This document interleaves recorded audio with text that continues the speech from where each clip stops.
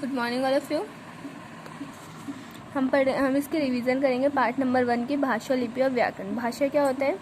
अपने भावों और मन के विचार को प्रकट करने का माध्यम होता है, जिसे हम भाषा कहते हैं। भाषा के दो भेद होते हैं, मौखिक और लिखित। मौखिक भाषा जिसे हम बोलकर प्रकट करते हैं, लिखित भाषा जिसे हम लिखकर प्रकट करते हैं। फिर हमने इसमें पढ़ा मातृभाषा। मातृभाषा क्या होता है? जहाँ पे आपका जन्म हुआ है वहाँ जो भाषा बोली जाती है उसे आप मातृभाषा कहोगे। राष्ट्रभाषा जो हमारे आपके देश में सबसे ज़्यादा बोली जाती है, यानी हमारे देश में सबसे ज़्यादा हिंदी बोली जाती है, तो ये राष्ट्रभाषा है। राजभाषा हमारे देश में सबसे ज़्यादा, मतलब हमारे जो देश के सरकारी कामकाज होते हैं उसमें कौन सी भाषा का इस्तेमाल किया जाता है? हिंदी का। और एक और बात, 14 सितंबर को हमारे देश में हिंदी दिवस भी मनाया जाता है। बोली क्या होती है? किसी पर्टिकुलर क्षेत्र में, निर्धारित क्षेत्र में कोई भाषा बोली जा रही है तो बोली कहलाती है। जैसे कि खड़ी बोली, ब्रिजभाषा, बुंदेलखंडी, भोजपुरी, हरियाणवी, ये सब। ठीक है। अन्य भारतीय भाषाएं, हमारे देश के संविधान में 22 भाषाओं को मान्यता प्राप्त है। लिपि क्या होती है? मुख से निकली ध्वनियों को लिखने की विधि को हम लिपि कहते हैं, या चिन्ह को। जैसे क, ख, घ इनको लिखते हैं तो ये लिपि कहलाते हैं। इनकी लिपि क्या है? जैसे हिंदी, संस्कृत, मराठी, कोंकणी, इनकी लिपि क्या है? देवनागरी। अंग्रेजी, जर्मन, फ्रेंच, इनकी लिपि क्या है? रोमन। तो ये लिपि कहलाती है। ठीक है। लिखने के ढंग को हम लिपि कहते हैं इन भाषाओं की। व्याकरण। व्याकरण का मतलब क्या होता है? व्याकरण का मतलब होता है किसी भी भाषा को शुद्ध करके लिखने का। किसी भी भाषा को अगर हम शुद्ध करके लिख पा रहे हैं तो वो क्या कहलाती है? हमारी व्याकरण। मतलब उस भाषा को शुद्ध रूप में लिखने की विधि को व्याकरण कहते हैं। व्याकरण के अंग वर्ण विचार, शब्द विचार, पद विचार, वाक्य विचार। वर्ण विचार क्या होती है? वर्ण विचार में हम ये देखते हैं कि वर्ण क्या है? सबसे छोटी इकाई है किसी भी भाषा की। और वर्ण विचार में हम ये सीखते हैं कि वर्ण का आकार कैसा है, उसका उच्चारण कैसे होगा, उसको हम लिखेंगे कैसे। ठीक है। शब्द विचार में हम ये पढ़ते हैं कि वर्णों के सार्थक मेल से क्या बनते हैं? शब्द बनते हैं।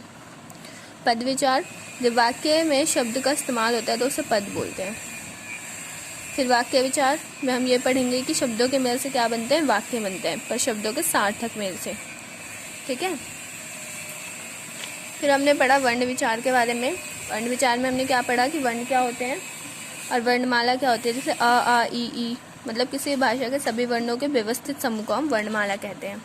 इंग्लिश में भी हमारी वर्णमाला होती है जिसे हम अल्फ़ाबेट कहते हैं। स्वर, हमारे हिंदी में कुल 11 स्वर हैं, जिनके उच्चारण में जो वायु है वो कहीं किसी चीज़ से नहीं टकराती और सीधी निकलती है।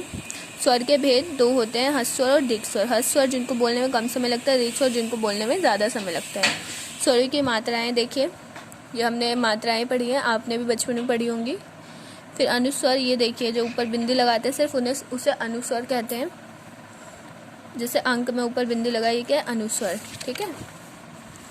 फिर ये देखिए अनुनासिक, इसको चंद्र बिंदु भी बोलते हैं। विसर्ग, व्यंजन क्या होता है? स्वरों के मेल से जो शब्द बनते हैं उसे व्यंजन कहते हैं।